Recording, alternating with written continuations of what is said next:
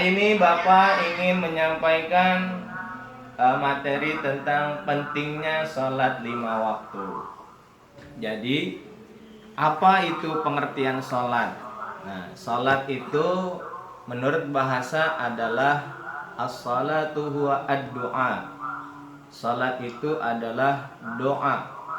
Doa itu adalah satu permohonan. Tetapi menurut istilah, sholat itu adalah pekerjaan atau ucapan yang diawali dengan takbir dan diakhiri dengan salam. Nah, itu menurut istilah. Tetapi ada juga yang mengatakan bahwa sholat itu adalah hubungan vertikal seorang hamba dengan Tuhannya, dengan Allah Subhanahu wa taala. Jadi sholat itu adalah hukumnya wajib bagi setiap muslim laki-laki maupun muslim perempuan atau muslimah perempuan. Jadi jika seseorang yang beragama Islam sudah dikenakan wajib sholat 5 waktu. Apa aja yang dinamakan sholat 5 waktu? Ada sholat subuh yang dikerjakan pada pagi hari antara jam 4:30 sampai jam 5:30. Zuhur dari tergelincirnya matahari sampai condong ke arah barat. Nah, zuhur. Nah, kalau asar condongnya arah barat sampai terbenamnya matahari. Atau sampai jam 5:30 atau jam 5 boleh. Kemudian maghrib ya, dari mataharinya tenggelam sampai ya kira-kira 1 jam kemudian jam 7 lewat itu baru sholat maghrib. Nah, sholat isyanya dari jam 7 lewat sampai jam 12 malam. Ada yang mengatakan boleh sebelum subuh, masih boleh mengatakan. Tapi boleh juga ya, yang penting dikerjakan. Bagi kita orang awam tetap mengerjakan pada sholat-sholat wajib yang sudah ditentukan oleh Allah Subhanahu wa taala melalui Rasulullah Shallallahu alaihi wasallam. Di mana sholat itu wajib karena perintahnya Allah, wa aqimis sholat, maka dirikanlah sholat. Jadi perintahnya Allah ini kepada umatnya Rasulullah diperintahkan mendirikan sholat. Ada hadis mengatakan as-salatu imaduddin. Salat itu adalah tiang agama. Faman aqamaha faqad aqamaddin.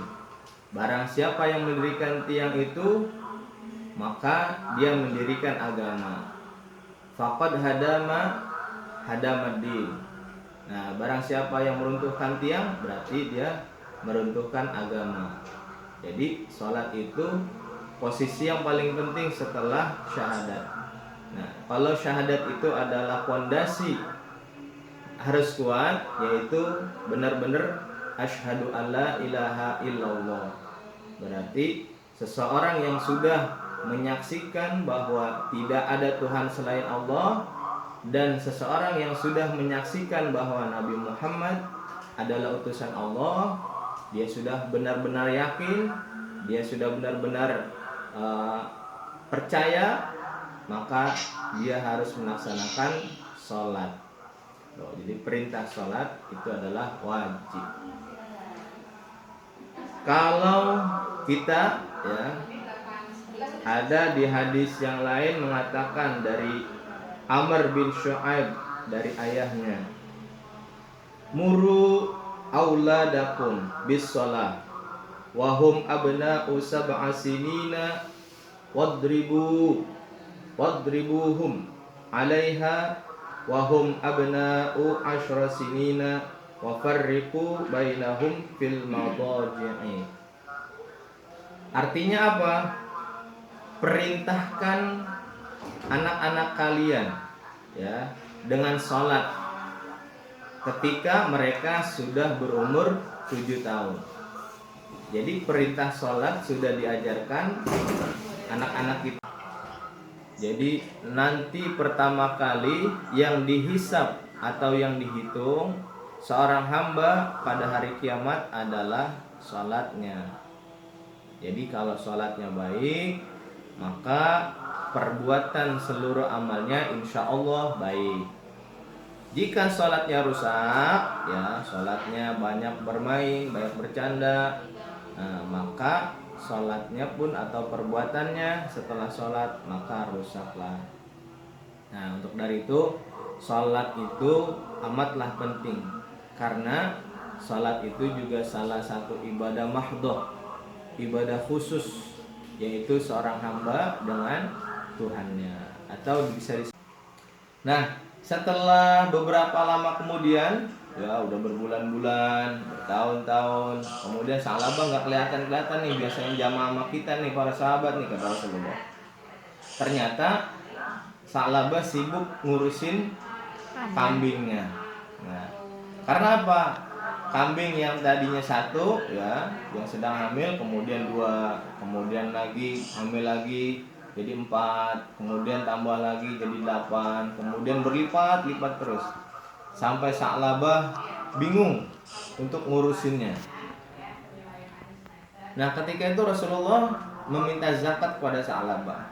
Diutuslah seorang sahabat, "Wahai Sa'labah, ini ada zakat, ya, kamu harus bayar zakatnya, ya, karena kamu sudah memenuhi nisabnya, sudah perhitungannya sudah wajib." Nah, kemudian Sa'labah tidak mau bayar zakat. Sudah beberapa kali diminta, kemudian Sa'labah juga tidak mau. Nah, beberapa saat kemudian Rasulullah bilang, celaka sahabat Sa'labah itu celaka. Kenapa? Dulu dia bareng-bareng sholat berjamaah sama kita, bareng-bareng sholat berjamaah. Tapi ketika udah kaya dia lupa, ya. Siapa yang memberi kekayaan dia kepada selain Allah, ya. Berarti kekayaan itu pemberian dari Allah. Supaya apa? Terus beribadah, meningkatkan ibadahnya. Ternyata Sa'labah enggak, lupa. Nah, akhirnya suatu saat kambingnya sakit. Nah, sakit, mati 1, 2, 3, 6, 9.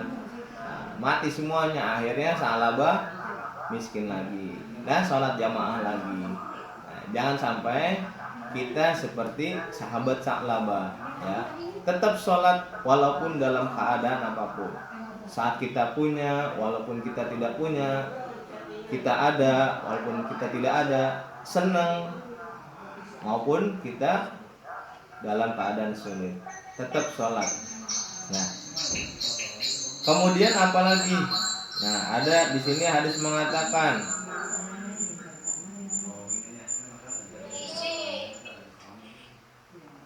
"Shallu kama ra'aitumuni usolli."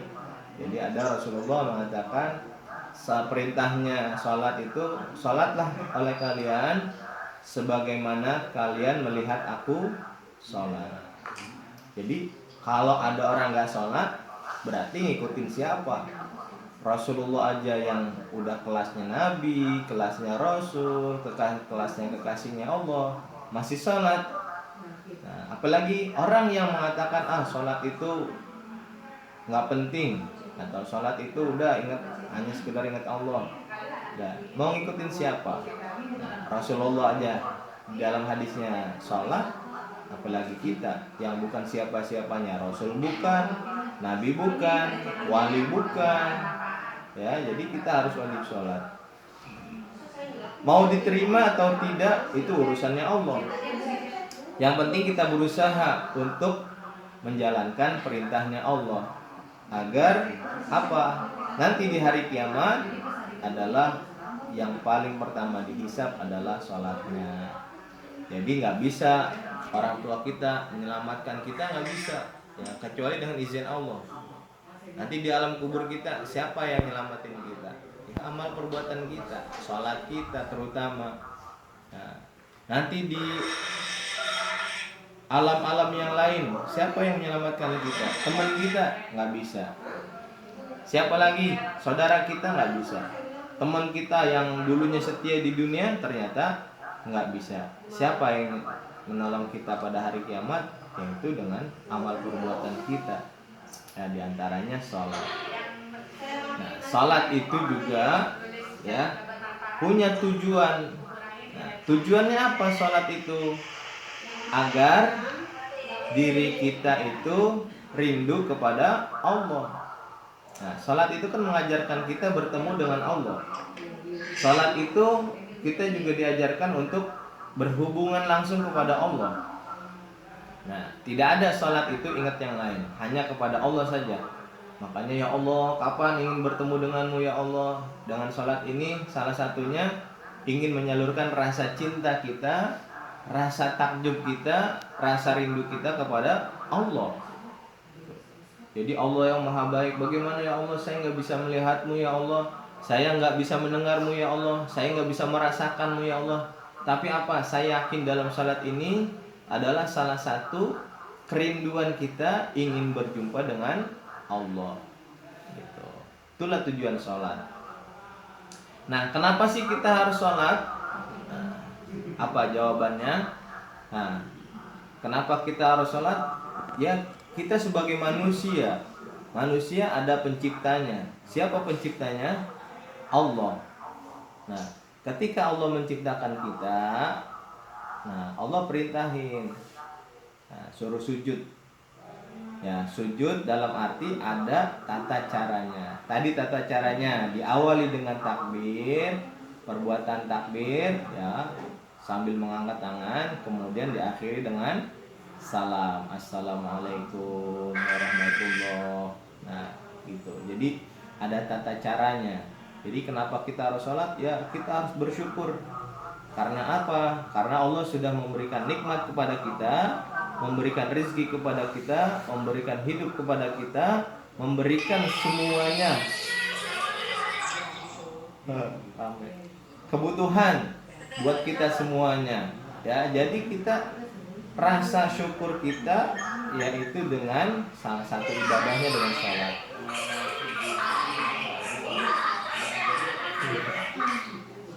Nah, setelah tujuannya kita tahu, ya, apa sholat itu karena kebiasaan. Oh, yang lain sholat, nggak enak kalau nggak sholat. Nah, atau sholat itu adalah sebuah panggilan. Panggilan siapa? Panggilan Allah supaya kita menghadap kepadanya. Gitu. Kalau diundang sama Allah langsung cepet-cepet apa santai aja? Nah, cepet-cepet, harus cepet-cepet. Undangan itu langsung lewat alam pikiran dan di batin. Nah, contoh gini, kalau undangan presiden mengundang kita nih semuanya nih. Ya, contohnya kita buru-buru apa santai aja? Harus buru-buru, cepat-cepat langsung memenuhi panggilan presiden. Nah, kalau Allah sudah manggil, ya lewat azan, lewat iqamah, ya kemudian Allah sudah panggil itu. Nah, kapan tepat waktunya? Nah, pada saat hati kita langsung ingin melakukan sholat, ya kerjakan.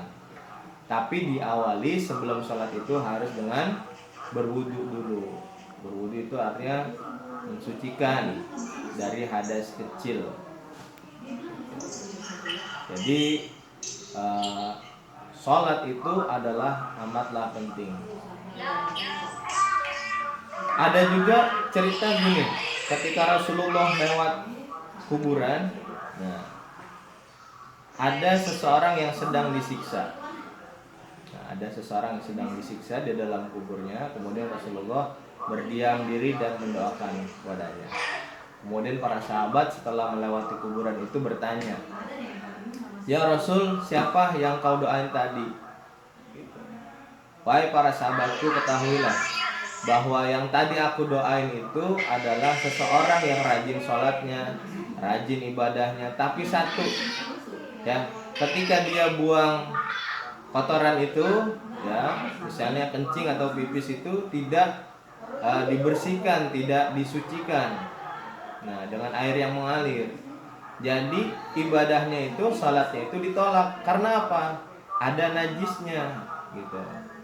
Kalau sholat, syarat sholat kan harus bersih dari najis, ya, bersih dari kotoran, bersih dari segala apapun yang itu kira-kira baunya, warnanya, atau bentuknya. Nah, harus bersih dari itu. Ya, jadi ketika seseorang itu ya harus bersih badannya, harus bersih tempatnya, harus bersih juga bajunya atau pakaiannya, tidak boleh ada najisnya. Nah, itu syarat sholat harus bersih agar sholat kita diterima sama Allah, tidak sia-sia. Nah, kalau sholat kita sudah bertahun-tahun kita kerjain, tetapi kita tidak memperhatikan ini bersih atau suci atau najis, ada najisnya atau kotor, gitu. Nah, harus kita lihat dan kita perhatikan. Nah, dari situ hal yang kecil itu mudah-mudahan sholat kita semuanya nih diterima Allah Subhanahu wa taala. Amin ya rabbal alamin. Kenapa? Ya. Ya, dikit lagi. Ya, bosan ya. Enggak kedengeran ya suaranya ya? Ini udah paling keras. Ya udah. Ya udah, kesimpulannya jadi gini, anak-anak tuh Bapak pesan, jangan meninggalkan sholat, ya, mau sendiri mau berjamaah, ya, pokoknya sholat yang penting dulu, yang wajib dulu buat kalian. 5 waktu, sholat subuh jangan tinggalin, sholat zuhur jangan ditinggalin, sholat asar jangan ditinggalin, sholat maghrib dan sholat isya jangan ditinggalin, ya, pesan Bapak, ya.